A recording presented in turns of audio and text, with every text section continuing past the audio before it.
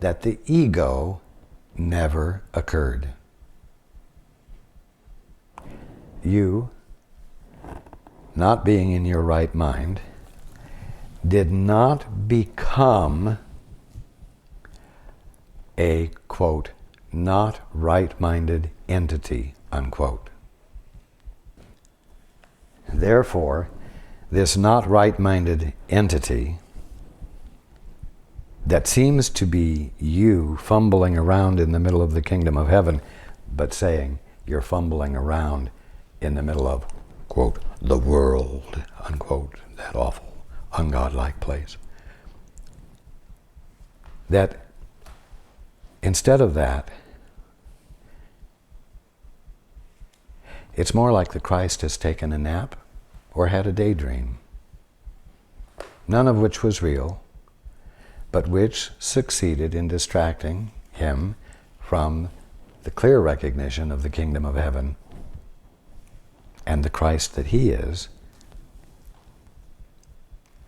period. No self ever got created. All this sense of yourself is, that's alone, isolated, struggling, vulnerable, subject to sin, disease, and death, and living in a universe of fundamental conflict. All of that is nothing but an idea that you are entertaining in your mind and identifying with so completely that you think it's true.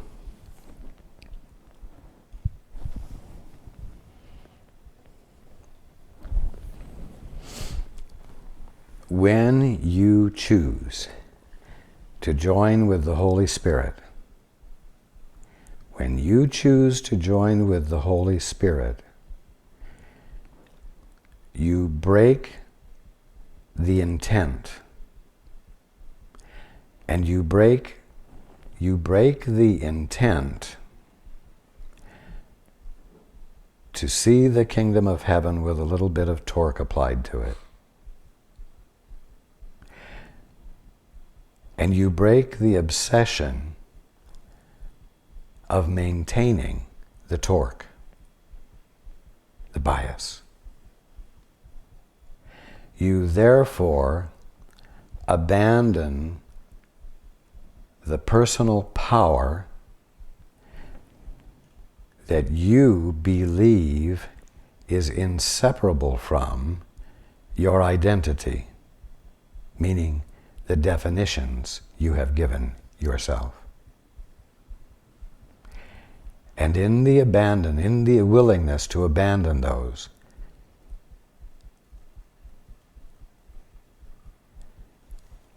there is a spontaneous movement of rejoining, of reconnection, if you will, with your source that returns your experience of your real identity to you. And you discover that it just wasn't so.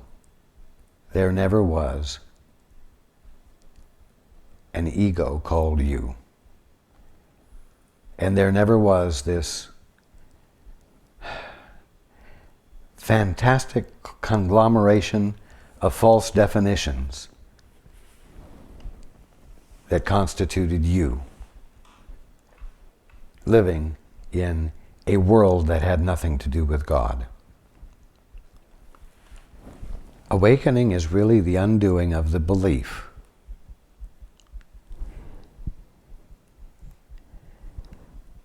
that you really became something other than what God is forever being new.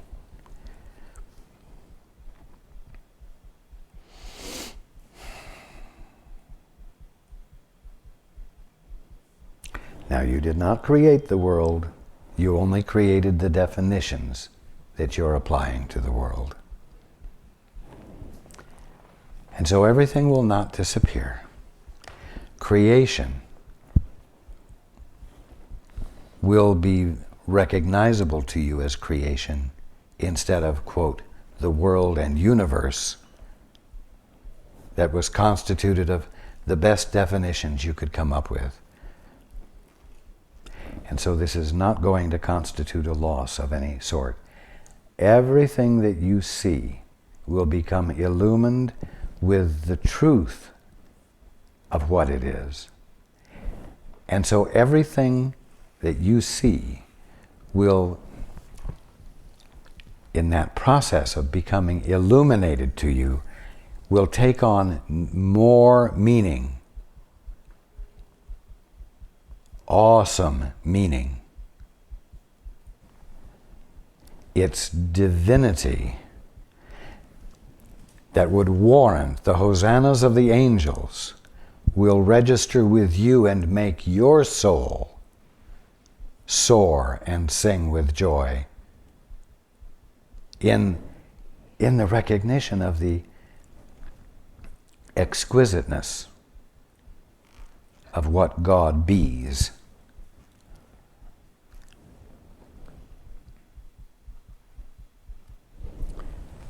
And so, this is why I keep saying, ask, what is the truth here? And let your energy and your interest and your attention be turned to the Holy Spirit with the question, what is the truth here? So that the delight of experiencing the truth being revealed to you might be had by you. And as I said when we first started, get off of this habit of wanting to know what's wrong with you. Get out of the habit of wanting to know what is there in me that is so perverted and perverse that it would not want to experience God. That kind of pursuit of, quote, truth, unquote, will not illuminate truth. Because the fact is that there is nothing perverted or perverse in you because you didn't for a moment stop being the Christ that you are, that God is expressing right where you are at this moment. And therefore, the only exploration that is worth its salt is the inquisitive pursuit of a clearer and clearer experience of what is right about you, of this Christ that you are. And in the process of inviting that in, whatever resistances your ego seems to have to it will become illuminated. But you know what? It will be illuminated by the very thing that negates it, so that its uncovering will not engage you in a war with something perverted in you to get rid of it. The truth will illuminate its untruth, and therefore its non-existence. And you will easily withdraw your faith in the untruth. You see? Because it will be obviously invalid, unhelpful, unconstructive, and not useful to you in any way. And when it's not useful to you, when something is not useful to you, you drop it. You let it go. If it's not useful, it just becomes excess baggage, doesn't it? And none of you really carries anything around with you that you don't find useful. Okay.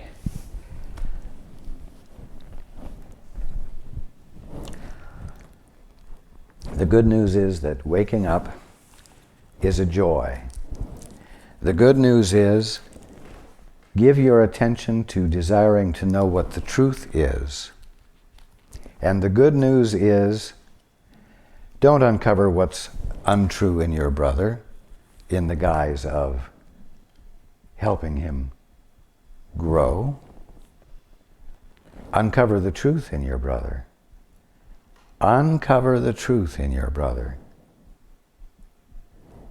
And in the process, if your brother has reluctances about seeing the truth about himself because he or she has some pet ideas that he or she wants to hold on to, those things will become clear as the blocks. And then you can tell the truth about them.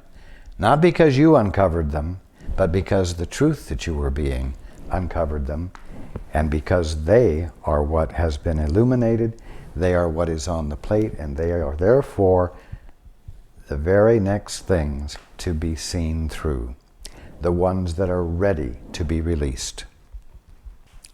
You can be an agent for change in the world and for your brother, but not by pointing out his flaws. The only way you can be an agent for change is by illuminating the truth about your brother or sister. And you know what? You don't know what the truth is until you ask God what the truth is in each and every moment. It is not that the truth changes in each and every moment. It is that without checking in with God, you're relying upon something else. And there is nothing else. So the something else that you're relying upon is something that doesn't exist.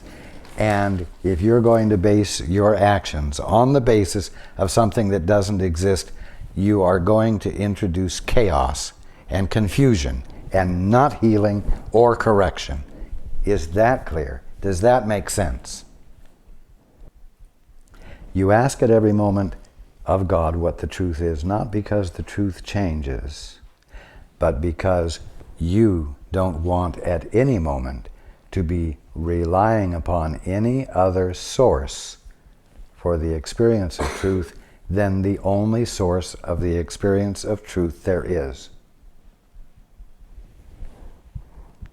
And right now, you have long-standing habits of relying upon your best judgments and your imaginations and your thinking, all of which arises from a fundamental lie.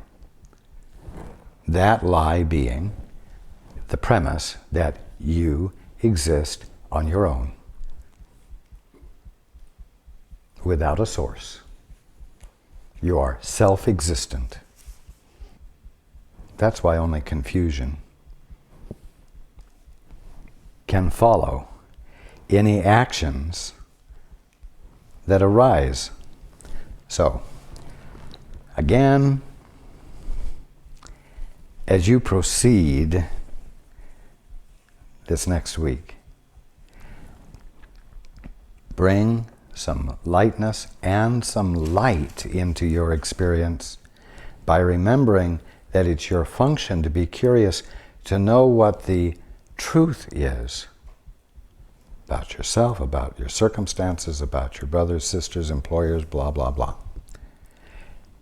And the truth is always the divine reality that resolves conflict, distress, tension, jealousy, hate, fear, sin, sickness, and death. It's easy to want to know what the truth is when you know that truth felt and experienced heals, corrects, harmonizes, unifies, and uncovers your inseparableness from all that has been healed, corrected, unified, etc. I love you all.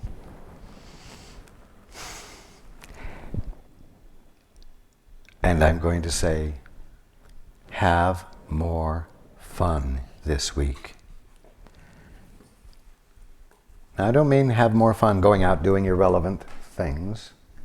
I mean have more fun with this thing that's so fundamentally valuable to you, your love of truth and your wanting to wake up. And have more fun bringing the principles into play in the workplace, in your home, inside your mind, by remembering not to go on an internal witch hunt, but to desire to know the truth, because the truth uncovers the joy and unity and harmony of being. It's that simple. Don't forget it. Okay. You're welcome. We have a question. Or a comment here. Well, my question is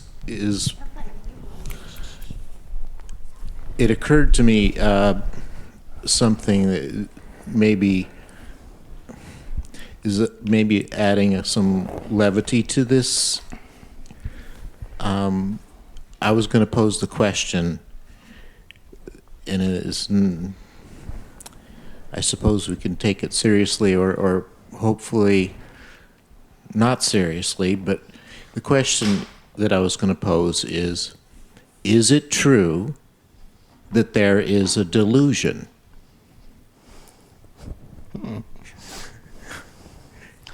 Indeed. Is it true that there is a delusion? Yes, that's the question, and it's kind of one of those things like the monks would ask, and you go off and meditate on that for a day or two, or the sound of one hand clapping. Right. Indeed. Yes, yes. And I will not comment. Right. It's not a serious question. The question something expresses a wholeness within itself that needs to simply be contemplated. Right. Yes.